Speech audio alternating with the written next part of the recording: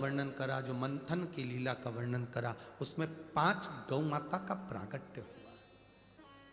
5 गाय प्रकट होने का कारण केवल इतना है कि बाद में जब मंथन हुआ, उस मंथन में जो विष निकलेगा, वो विष जो पिएगा उसका कंठ जलेगा, इसलिए मंथन के पहले गौ माता निकली।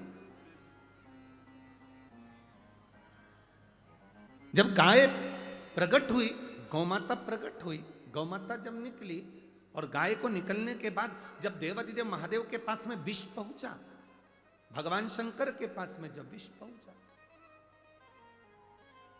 शंकर भगवान ने उस विष को देखा, उस विष को हाथ में लिया और विष को लेकर भगवान शंकर ने प्रणाम कर कर उसको पी लिया। कई लोग कहते हैं जो नशा करने वाले होते हैं, वो नशेले व्यक्ति भगवान को बदनाम करते हैं, कहते हैं तुम्हारे भगवान भी तो गांजा पीते हैं इसलिए हम गांजा पीते हैं, तुम्हारे भगवान भांग खाते हैं इसलिए हम भी नशा करते हैं। तो उनसे निवेदन है, जो भगवान का नाम बदनाम कर रहे हैं कि भगवान ऐसा करते हैं, तो निवेदन है, भगवान तो विष भी पीते हैं, एक बार डब्बा खोल के पी जा। भगवान को बदनाम ना करिए, देवता को बदनाम ना करिए कि भगवान गांजा पीते हैं या भगवान ये तो दुनिया के लोगों ने फोटो बना दिया शंकर जी को गांजा पीते हुए, शंकर जी को ये पीते हुए। मेरा विश्वास करता है, मेरे भारत की कोई माँ ऐसी नहीं, भारत की कोई स्त्री ऐसी नहीं जो अपने पति को पुड़िया फाड़ कर, तंबाकू मल कर अपने पति को देती हो कि खा लो।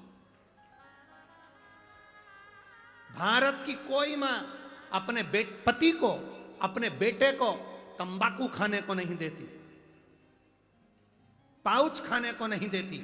भारत की कोई माँ जब अपने पति को एक तंबाकू, बीड़ी, सिगरेट नहीं देती, तंबाकू खाने को नहीं देती, तो भारत की भूमि पर रहने वाली मेरी पार्वती मैया अपने पति को भांग कैसे दे सकती है? जरा विचार करिए। ये तो दुनिया के लोगों ने भगवान को बदनाम करने का प्लान बनाया कि देवताओं को बदनाम करो, नवयुवक टीम को बिगाड़ दो। बिगाड़ेंगे कैसे नवयुवक टीम को? कह देंगे देवी जी को मदिरा चलती है, उनको ये चढ़ता है, उनको चिलम चढ़ती है, उनको भांग चढ़ती है, तो नवयुवक लड़का लड़कियों को बिगाड़ा कैसे जाए? तो उन्हें धर्म को साथ में जोड़ लिया और धर्म को जोड़कर नवयुवक टीम को बिगाड़ दिया।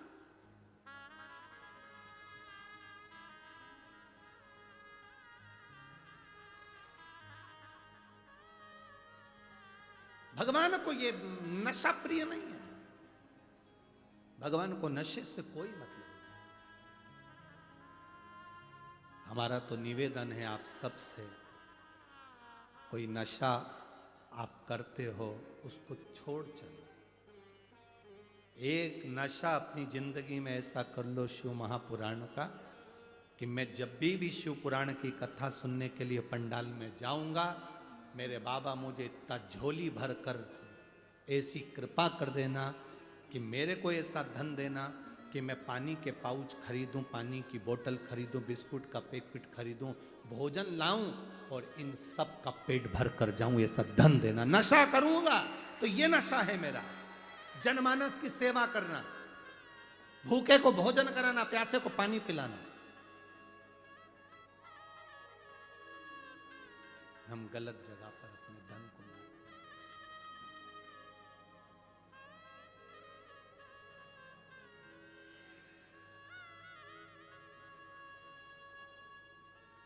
जो मिला वो कम ना मिला, जो मिला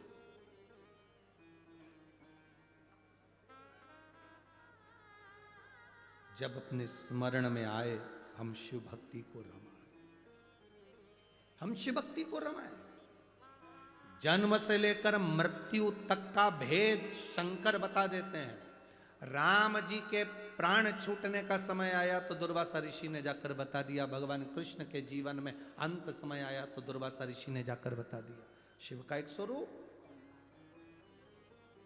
शंकर का एक प्रतिबिंब है, श्री हनुमंत लाल, दुर्वासा बाबा, ये शिव का एक स्वरूप है। जाकर बता देते हैं, कोई सदगुरु आएगा तुम्हारी जीवन में, कोई संत आएगा तुम्हारे जीवन में और तुम्हारे जीवन में आकर वो तुम भटक रहे होगे और वो सत्मार्ग बताकर चले जाएगा कि शंकर की भक्ति करो, राम की भक्ति करो, कृष्ण की भक्ति करो, भटकना नहीं, इधर उधर मत जाना। कोई कितना भी लोभ दे, कोई कितना भी लालच दे, आप नहीं जाइए। कोई कह दे हमारे धर्म में ऐसा होता है, हमारी साइड आ जाओ, ना ना ना, जूठन मत खाना, अपने घर की पत्तल खाना, पर दूसरे धर्म में कभी मत जाना। अपने घर का भोजन करना पर दूसरे धर्म में मत जाना। अपने घर का भोजन, झूठन ना खाइए, किसी दूसरे धर्म में ना जाइए।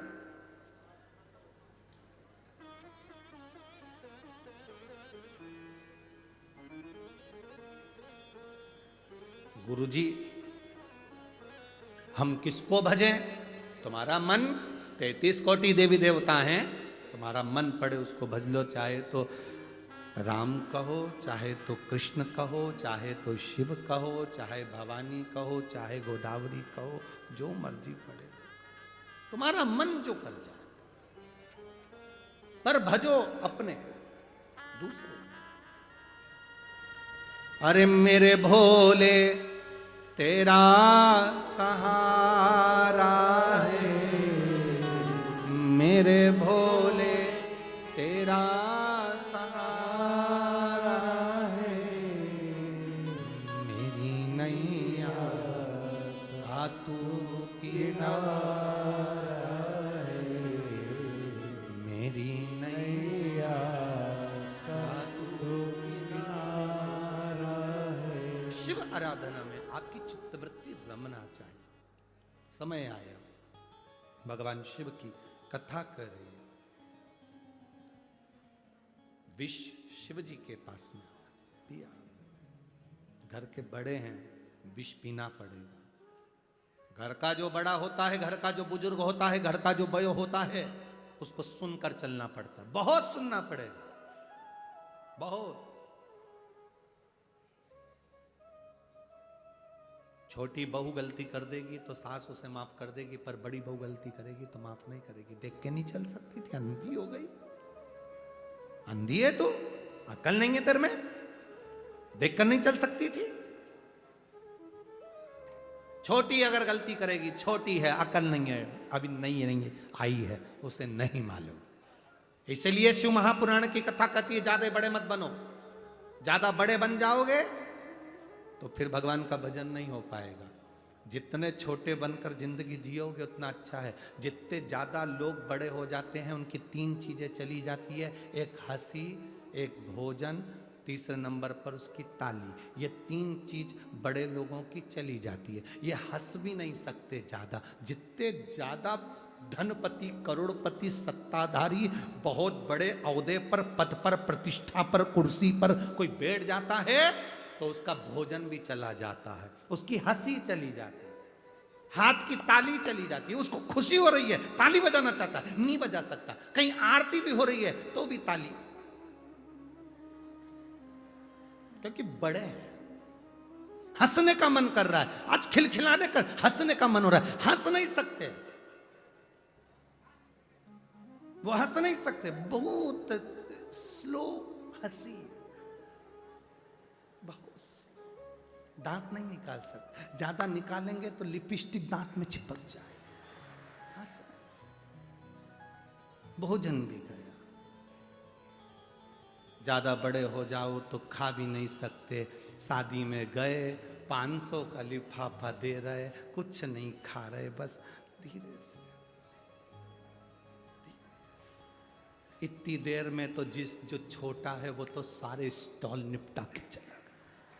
100 रुपए का लिफाफा दिया और 200 का खा के गया। तुम 500 का दे रहे और 50 का भी नहीं खा के जा रहे।